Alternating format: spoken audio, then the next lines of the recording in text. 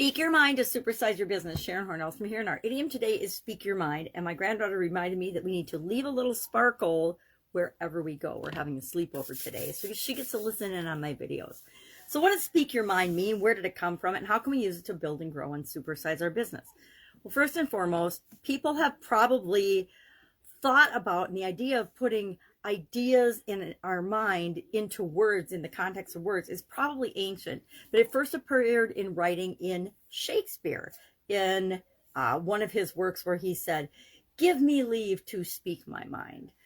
So to be outspoken, to say what you mean, to say what you think, to share your opinion about things is to speak our mind, to speak your mind.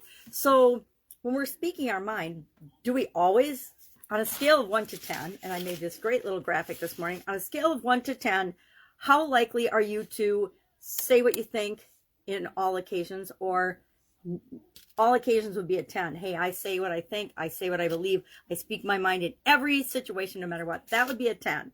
1 would be, I am very, very quiet and silent. I'm like a little mouse. I almost never speak up and say how I feel. Now, like anything else, there's advantages and disadvantages to being on either end of the spectrum, which is why we probably want to be somewhere in the middle and be more situational.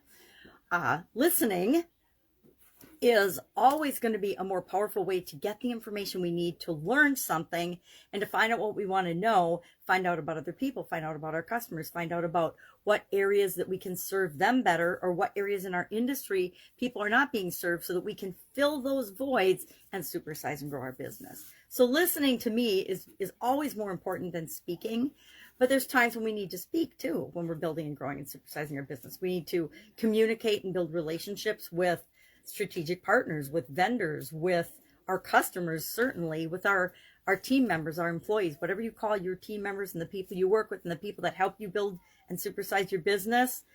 We've got to be able to communicate with them. And that is always a two-way street. It's not just speaking, but we need to speak our mind and let them know what to expect from us. And we need to be consistent in our expectations and, I guess, consistent in our expectations. We need to treat different situations as people would expect in order to grow and build our business. If people don't know what to expect from us, they don't know how they should behave. And if they don't know how they should behave, they will always choose the side of courage, low risk, no risk, in order to try to please you. And we don't want people pleasers. At least I don't want people pleasers in my organization. I want people that are all aligned with me to move the business in the direction we want it to go. And that's always bigger, better, faster, more efficient, more effective, more profitable, and serving more people.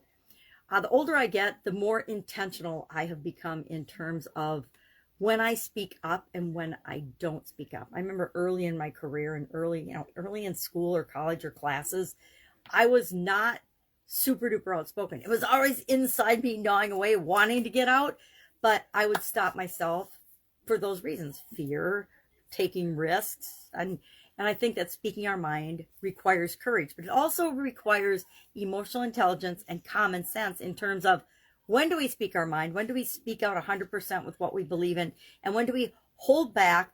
Number 1, because it's unkind. Number 2, because it's none of our business. Number 3, because it really doesn't impact us at all. And sometimes, I guess number 4 would be, am I speaking my mind? Am I saying and sharing my opinion to make the world a better place, to move forward, to add value to the conversation? Or am I just speaking my mind because I want to be heard and I want to get something off my chest? If I want to be heard and want to get something off my chest, I always take a deep breath and consider whether I should say it or not. Is it kind? Is it necessary? Is it important? Is it valuable to the person that I'm saying it to? It's one of the reasons I can't stand gossip and water cooler conversations that are around anything negative. Back in a long, long time ago, I learned that it's not the kind of thing you ever participate in, because if you're talking to people that are talking about other people, guess what they're doing when you're not present? They're talking about you. They just are. So we want to make sure that for our organization, we're speaking our mind in terms of future pacing, sharing information about our vision, our mission, our purpose, our principles, our core values, where we're going as an organization, and painting the same future picture for everyone so we can all get aligned behind it. Get aligned or get off the boat is how I look at it. there's been organizations that I've worked in, with, and for that my core values weren't aligned with, and I didn't last very long there because I always will choose my core values over any business, any opportunity, any job or whatever. So speak your mind. Curious, share below on a scale of 1 to 10. 1 being you're very quiet, very silent, and you almost never speak your mind. And it doesn't matter for whatever reason. You might be in a situation where you don't dare speak your mind. Maybe you're in the military or in a government job right now, and you have different views than the people in power. And you know that if you speak your mind, if you say anything or are at all questioning anything, you're going to lose your job. And your job is how you feed your family. You're not going to speak your mind. I totally get that. And if you're a famous person, I contend that famous people and influencers and Hollywood types should pretty much zip their lip when it comes to certain topics. Most topics, right? Unless you're making the world a better place, zip your lip. That's my opinion.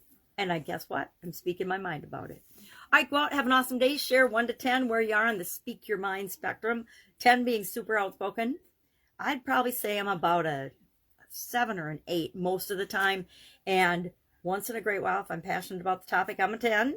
And I'm almost never, unless it's intentionally, below a 5, right? I pretty much, and another good rule of thumb of when to speak your mind is if you're asked for your opinion, right? Sometimes we should just wait to be asked. Just thought of that. All right, have an awesome day, and I'll be with you tomorrow with another mental well-being related idiom for the month of March. Have a great day.